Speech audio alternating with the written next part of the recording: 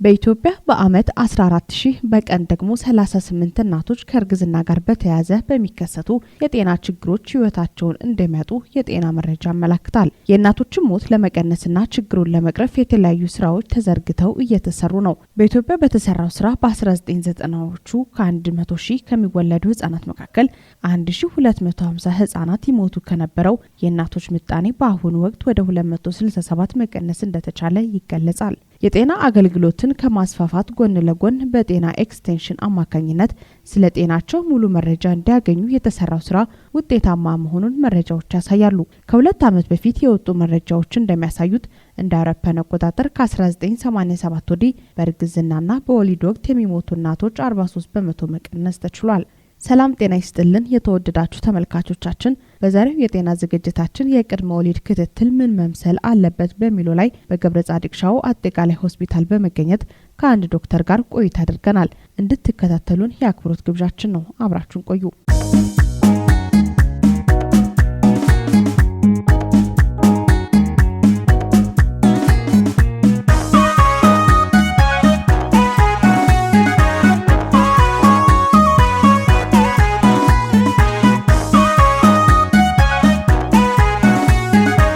የእናቶችን ህመምና ሞትን ለመቀነስ በሚደረገው ሀገራዊ ርብርብ ባለድርሻ አካላት የበኩላቸውን ድጋፍ እያከናወኑ ይገኛል። ይህን ችግር ለመቅረፍ ሀገራዊ እቅድ ተዘጋጅቶ ለሕክምና የሚያስፈልጉ ግብዓቶች በበቂ ሁኔታ በሀገራችን እንዲኖር የሚያስችል ስራ በትኩረት እየተሰራ መሆኑ ይታወቃል። እናቶች የቅድመ ወሊድ እንክብካቤ ክትትል መቼ መጀመር አለባቸው በሚለው ላይ ተከታዩን ብለዋል። መጀመሪያ ከቅድመ ወሊድ ክትትል ከመቼ መጀመር አለባቸው በፊት ቅድመ ወሊድ ምንድነው የሚለውን ነገር ማየት ያስፈልገናል ማለት ነው። አንቲናታል ኬር ወይ ደግሞ ቅድመ ወሊድ ክትትል የሚባለው በእርጉዝ እናትና በጤና ባለሙያ መሀል የሚካሄድ ለ9 ወራት የሚቀጥል ክትትል እዛ የሚነጋገሩበት ነገር ነው። ብዙ ነገር ይነጋገራሉ። ስለዚህ አንዲት እናት መቼ ቅድመ ወሊድ ክትትል መጀመር አለባት የሚለው ነገር እርግዝና ከታወቀ እስከ 12 ሳምንት ድረስ በማንኛውም ሰዓት መጀመር አለባት። ከ12 ሳምንት ወይ ደግሞ እስከ 3 ወር ድረስ ባለው ላይ የመጀመሪያውን ክትትል ማድረግ አለባት ማለት ነው። ከዛ የመጀመሪያው 12 ሳምንት ውስጥ ካረገች በኋላ ቀጣይ ደግሞ 20 ሳምንት፣ 26፣ 30 ሳምንት፣ 34፣ 36፣ 38፣ 40 እያለ በአጠቃላይ በእርግዝና ውስጥ 8 ክትትል ይኖራታል ማለት ነው። 8 ጊዜ ክትትል ይኖራታል። የቅድመ ወሊድ እንክብካቤ ለእናትና ልጅ ዘርፈ ብዙ ጥቅም እንዳለው ገልጸዋል። ወሊድ ክትትል ጥቅሙ ብዙ አይነት ጥቅም አለው። ለጤናማ እርግዝናና ጤናማ ልጅና ለጤናማ እናት ብዙ አይነት ጥቅም አለው። አንደኛ በእርግዝና ጊዜ የሚከሰቱ ነገሮችን ቀድሞ ለማወቅ ይጠቅማል። ሌላ ደግሞ አይረን የሚባል አለ፣ የምንሰጠው አይረን የሚባል አለ። እሱን ሰፕሊመንት የምናደርገው አለ። ክትባት ትወስዳለች። ማንኛውም የእርግዝና አደጋዎችን ተሎ እንድትለይና ከለየች በኋላ ደግሞ ወደ ጤና ጣቢያ ተሎ በመምጣት ሕክምና እርዳታ እንድታገኝ ይጠቅማል። ሌላ ደግሞ የት መውለድ እንዳለባት፣ ለመውለድስ ምን ያስፈልጋል፣ በኦፕራሲዮን መውለድ አለባት ወይስ በማጸን ነው የሚለው ነገር በክትትል ጊዜ ሁሉ ነገር ይታወቃል። ሌላ ደግሞ ምርመራዎች አሉ። ክትትል ጊዜ የሚደረግ ምርመራዎች አሉ። እነዛ ምርመራዎች ላይ ደግሞ የተለየ ነገር ከተገኘ ያ ነገር ደግሞ ሕክምና በጊዜው ማግኘት እንዳለባት ይጠቅማል ማለት ነው። ከማርገዝ ከማሰባቸው በፊት መውሰድ ያለባቸው ነገር የተለየ ተጓዳኝ በሽታ ካላቸው፣ ለምሳሌ ግፊት ሊኖር ይችላል፣ ስኳር ሊሆን ይችላል። ሌላ ደግሞ የልብ ችግር ካለ ከማርገዛቸው በፊት ይሄን ነገር መስተካከል አለበት። መጀመሪያ አንዲት እናት ከማርገዟ በፊት እነዛ ነገሮች እርግዝና ላይ ተጽዕኖ ስለሚያሳድሩ እነዛ መስተካከል አለባቸው። ካረገዙ በኋላ ደግሞ የሚወስዱት ነገር ያው ክትባት አለ። ቴታነስ የሚባለው የቴታነስ ቫክሲን አለ። 5 ክትባቶች እነሱ አለ። ሌላ ደግሞ አይረንና ፎሊክ አሲድ የሚባል አለ። እነሱ ደግሞ ይደረግላቸዋል ማለት ነው። በእርግዝና ጊዜ በዋናነት ለሁሉ እናቶች የሚሰጠው ይሄ ነው። የቅድመ ወሊድ ምርመራዎች የተለያዩ መሆናቸውንም ተናግረዋል። ምርመራ ብዙ አይነት ምርመራዎች አሉ።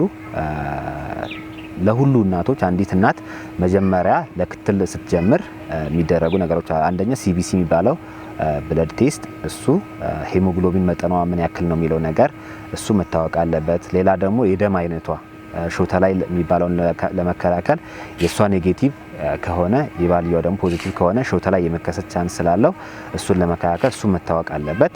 ሌላኛው ደግሞ የሽንት ምርመራ፣ የሽንት ቱቦ ኢንፌክሽን ብዙ ጊዜ እርግዝና እንዲወርድ ስለሚያደርግ ኢንፌክሽን ስለሚያመጣ እሱን ለመከላከል የሽንት ምርመራ ለሁሉም ይደረጋል።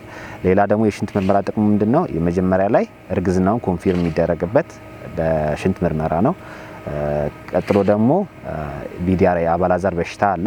የአባላዘር በሽታም መታወቅ አለበት ካለ ሕክምና ስለሚያስፈልግ ወደ ልጅ እንዳይተላለፍ ማለት ነው። ሌላ የጉበት ቫይረስም እንደዛው ቴስት ይደረጋል። እንትን ካለ የጉበት ቫይረስ ፖዚቲቭ ከሆነ የምትወስደው መድኃኒት ስላለ እሱ መታወቅ አለበት። ሌላኛው ኤችአይቪ ነው። ኤችአይቪ ምርመራ መደረግ አለበት ማለት ነው። እነዚህ ሁሉ ቤዚክ ቴስት የሚባሉት ናቸው። ሌላኛው ምርመራው ኢሜጂንግ ከሚባለው አልትራሳውንድ ነው። አልትራሳውንድ አሁን መጀመሪያ 3 ወር ላይ ያለው አልትራሳውንድ አንደኛ ጥቅሙ እርግዝና መኖሩንም ያው ከዩሪን ቀጥሎ እሱም ይጠቅመናል። ሌላኛው ጥቅሙ የአልትራሳውንድ ነው። የመጀመሪያ 3 ወር ላይ የተሰራው አልትራሳውንድ እሷ የወር አበባ የቀረበትን የመጀመሪያውን ቀን ማስታወስ ከሆነ ከአልትራሳውንድ ካልኩሌት እናደርጋለን ማለት ነው። እርግዝና ቀን ደርሷል አልደረሰም የሚለውን ቀን አልፏል አላለፈም የሚለውን ለማወቅ ከዛ አልትራሳውንድ ተነስተን የእርግዝናውን እድሜ ለማወቅ ስለሚጠቅመን መጀመሪያ 12 ሳምንት ላይ የተሰራ አልትራሳውንድ ለእርግዝና እድሜ ካልኩሌሽን ይጠቅመናል ማለት ነው። የቅድመ ወሊድ ምርመራዎችን ማድረግ ለምን ይዳርጋል?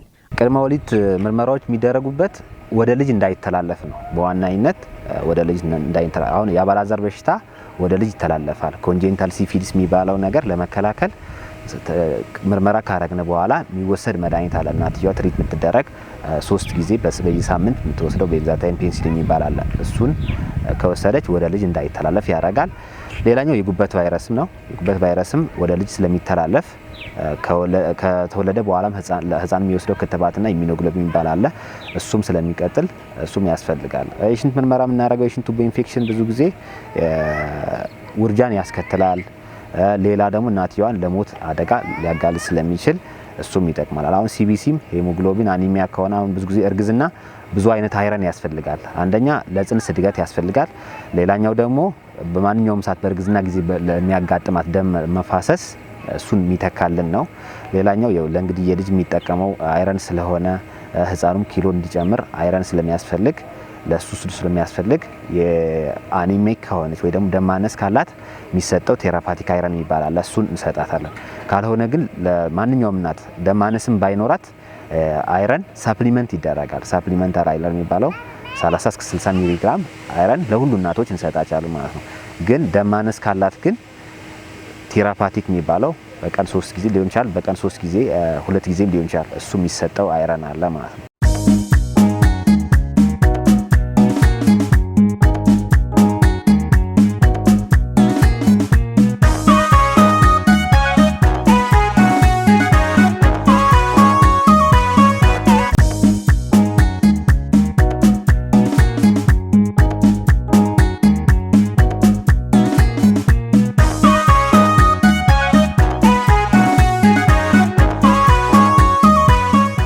አንዲት እናት የቅድመ ወሊድ ምርመራ ማድረግ ያለባት በምን አይነት ሁኔታ ውስጥ ስትሆን ነው? ቅድመ ወሊድ ምርመራ ማድረግ ያለባቸው ማንኛውም እናት ቤዚክ ቴስት ቤዚክ ኬር እና ስፔሻላይዝድ ኬር የሚባል አለ። ቤዚክ ኬር ለሁሉ ነው። ማንኛውም እርጉዝ እናት ችግር ኑሯት አይኑራት ለሁሉ የሚደረግ ነው ማለት ነው። ቤዚክ ቴስትስ ቤዚክ ኬር የሚባሉት ቀደም የጠቀስናቸው ሲቢሲ፣ ቢዲአርኤል፣ የጉበት ቫይረስ፣ ኤችአይቪ ያልናቸው ማለት ነው። እነሱ ለሁሉ ነው የሚደረገው። ስፔሻላይዝድ ኬር ደግሞ የሚደረግላቸው እነዚህ ተጓዳኝ በሽታ ላላቸው ልብ ድካም ሊሆን ይችላል፣ ስኳር ሊሆን ይችላል። ሌላ ደግሞ እንትን ኩላሊት ጋር ተያይዞ እነሱ ካላቸው ሾተ ላይ ደግሞ የታወቀ ሾተ ላይ ካላቸው አርኤች ኔጌቲቭ ካላት ለነሱ ስፔሻላይዝድ የሆነ ለምሳሌ አንዲት እናት ዘሆል ፕሬግናንሲ ላይ 8 ጊዜ ኮንታክት ሚኖራት ከሆነ ወይ ደግሞ ክትትል ሚኖራት ከሆነ ለነሱ ግን ከዛም በላይ ሊሆን ይችላል። ከዛም በላይ በየሳምንት ልንቀጥራቸው እንችላለን፣ በየ2 ሳምንት ሊሆን ይችላል። እና ለነሱ ደግሞ ስፔሻላይዝድ የሆነ ኢቭን ትሪሸሪ ሴንተር ላይ ከዚህ የተሻለ ሆስፒታል አሁን ጄነራል ሆስፒታል ወይ ደግሞ ጤና ጣቢያ ሳይሆን ስፔሻሊስት ያለበት ሰብ ስፔሻሊስት ያለበት ቦታ ላይ ክትትል እንዲደረግላቸው። ምክንያቱም በእርግዝና ጊዜ የሚያስፈልግ ነገር ስለሚኖር በስፔሻሊስት በታገዘ ሰክሰስፉል የሆነ ልጅና እናት ፕሬግናንሲ እንዲከሰት ለማድረግ ያ ያስፈልጋል ማለት ነው። አደገኛ የእርግዝና ምልክቶች የተለያዩ ናቸው ሲሉ ገልጸዋል። እርግዝና ጊዜ አደገኛ ምልክቶች ተብሎ የሚጠቀሱት ለሁሉ እናቶች ምን መክራቸው እንትኖች አሉ። አንደኛ ከባድ የሆነ ራስ ምታት ካላት፣ የእርግዝና ግፊት ብዙ ጊዜ ከባድ የሆነ ራስ ምታት ስለሚያመጣ፣ ሌላ አይን ብዥታ እሱም የእርግዝና ግፊት ጋር ይያያዛል። እዚህ ደረት አካባቢ ላይ የሚሰማቸው ህመም ካላቸው፣ ደም መፍሰስ ካላቸው፣ ማንኛውም አይነት ደም መፍሰስ አንዲት እናት እርጉዝ እያለች ደም መፍሰስ ካላት ያ አደጋ ነው ለእርግዝና። መጀመሪያ እስከ 7 ወር ድረስና ከ7 ወር በኋላ የራሱ የሆነ የህክምና ተርም አለው። ከዛ ሌላኛው ደግሞ የእንሽርት ውሃ የሚፈሳት ከሆነ ከመውለዱ በፊት ማንኛውም አይነት የእንሽርት ውሃ መፍሰስ ያም አደጋ ነው ማለት ነው። ሌላኛው ያው ከባድ የሆነ ትኩሳትም ካላት፣ ወባም ለምሳሌ እርግዝናውን አደጋ ላይ ሊያጋልጥ ስለሚችል እሱኛውም እንትን ነው። ሌላ የምጥ ስሜትም አንድ ተሎ ለምሳሌ ወደ ሚጫናቸው ከሆነ ጀርባቸውን የሚያማቸው ከሆነ ያ የልብ ስሜት ሊሆን ይችላል ማለት ነው፣ የምጥ ስሜት ሊሆን ይችላል። ያ ምንድነው ቶሎ ብሎ ጤና ጣቢያ ላይ መጥተው እዚህ አገልግሎት እንዲያገኙ እነዚህንም ካውንስል እናደርጋቸዋለን ማለት ነው። ሌላ የጽንስ እንቅስቃሴ መቀነስን ካለ ልጅ ውስጥ ላይ ፌል አድርጎ ሊሆን ስለሚችል እሱንም እናቶች የጽንስ እንቅስቃሴ ያው ከ18 እስከ 20 ሳምንት ጀምሮ እንቅስቃሴ ይጀምራል ማለት ነው። ያን ያው በየጊዜው መቁጠር አለባት፣ በሰዓት እንትቆጥረው አለ ካውንስል እናረጋታለን። ያም ከቀነሰ ከወጥሮ ያው ያን ካውንስል አድርገን ተሎ እንድትመጣ እናረጋታለን ማለት ነው። በእርግዝና የመጨረሻዎቹ ሳምንታት ውስጥ ምን አይነት ምልክቶች ይከሰታሉ ስንል ተከታዩም ብለዋል። በእርግዝና መጨረሻ ሳምንቶች አካባቢ ያው ብዙ ጊዜ ምጥ ያው በተለይ የመጀመሪያው እርግዝና ከሆነ ያው ጽንሱ ወደ ታች እየሄደ ስለሚሄድ ብዙ ጊዜ የምጥ ስሜት ነው የሚኖራቸው። ብዙ ጊዜ እዚህ ታች አካባቢ ማቃጠል ሊሆን ይችላል፣ የጀርባ ህመም አልፎ ሊሆን ይችላል። እነሱ ብዙ ጊዜ ያው እንደዚህ አይነት ምልክቶች ካሉ በተለይ 8 ወር ከግማሽ ወይ ደግሞ 9 ወር የሞሉ ጊዜ አካባቢ ላይ እንደዚህ አይነት ስሜት ካላቸው ምጥ ሊሆን ይችላል። ስለዚህ መጥተው ህክምና ወይ ጤና ጣቢያ ሊሆን ይችላል ሆስፒታል ላይ መጥተው ቼክ መደረግ አለባቸው። እኛ የማፀን ምርመራ እናደርጋለን። ያ ምንድነው ትክክለኛ ምጥ ነው ወይስ የውሸት ምጥ ነው የሚለውን ነገር ለማወቅ የማፀን ምርመራ እናደርጋለን። ከዛ በኋላ ማፀን ቼክ አድርገን ከፍቷል አልከፈተም የሚለውን የትክክለኛ ምጥ ነው አይደለም የሚለውን ቼክ አድርገን ለ8 ሰዓት ክትትል አድርገን ከ8 ሰዓት በኋላ ለውጥ ከሌለው የውሸት ምጥ ነው ብለን ያው በአጭር ጊዜ ቀጠሮ ሰጠን፣ ለሳምንት ሊሆን ይችላል። እንደዛ ሰጠን ወደ ቤት ሪአሹር አድርገናቸው እነዚህ ቅድም ያልናቸው ደግሞ ዳንጀር ሳይን ያልናቸውን የእርግዝና ጊዜ አደጋ የሚያጋልጡ ነገሮችን እነሱን ካውንስል አድርገናቸው ወደ ቤት እንልካቸዋለን ማለት ነው። በመጨረሻም በተነሱ ሀሳቦችና ተያያዥ ጉዳዮች ላይ ሀሳባቸውን አካፍለውናል። እርግዝና ያው ስለ አንቲናታል ኬር የራሱ የሆነ ፐርፐዝ አለው። አንቲናታል ኬር ያው በደብሊውኤችኦ የተዘጋጀ ብሎም በጤና ሚኒስቴር ፌዴራል ሚኒስቴር ኦፍ ሄልዝ የተዘጋጀ ከበፊትና ካሁን የእናቶችን ሞት በተለይ የእናቶችን ወሊድ ጋር የተያያዘ የእናቶችን ሞት ለመቀነስ ተብሎ የተዘጋጀ ስለሆነ ሁሉ እናቶችም ማንኛውም እርጉዝ እናት ክትትል ማድረግ አለባት።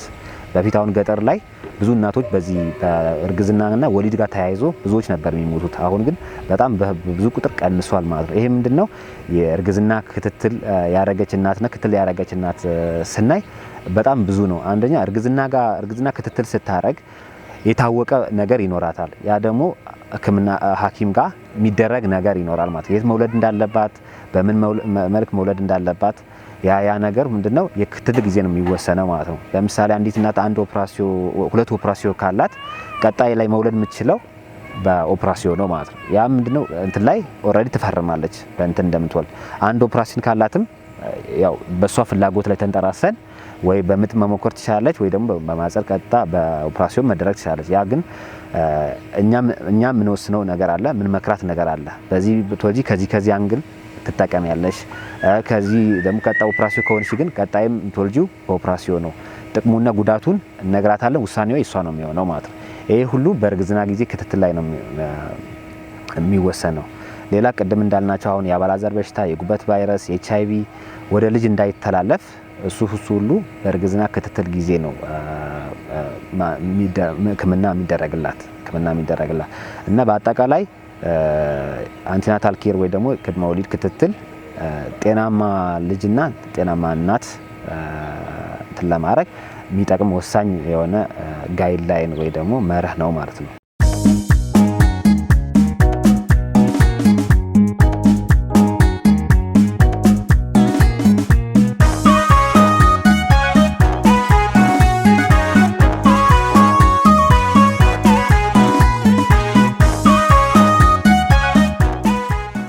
የተወደዳችሁ ተመልካቾቻችን በዛሬው የጤና ዝግጅታችን የቅድመ ወሊድ አገልግሎት ምን መምሰል አለበት በሚለው ርዕሰ ጉዳይ ላይ በገብረ ጻድቅ ሻው አጠቃላይ ሆስፒታል በመገኘት ያዘጋጀነው ፕሮግራም እስካሁን የተከታተላችሁትን ይመስላል። በቀጣይ በሌላ ርዕሰ ጉዳይ እስከምንገናኝ ሰላም ቆዩልን።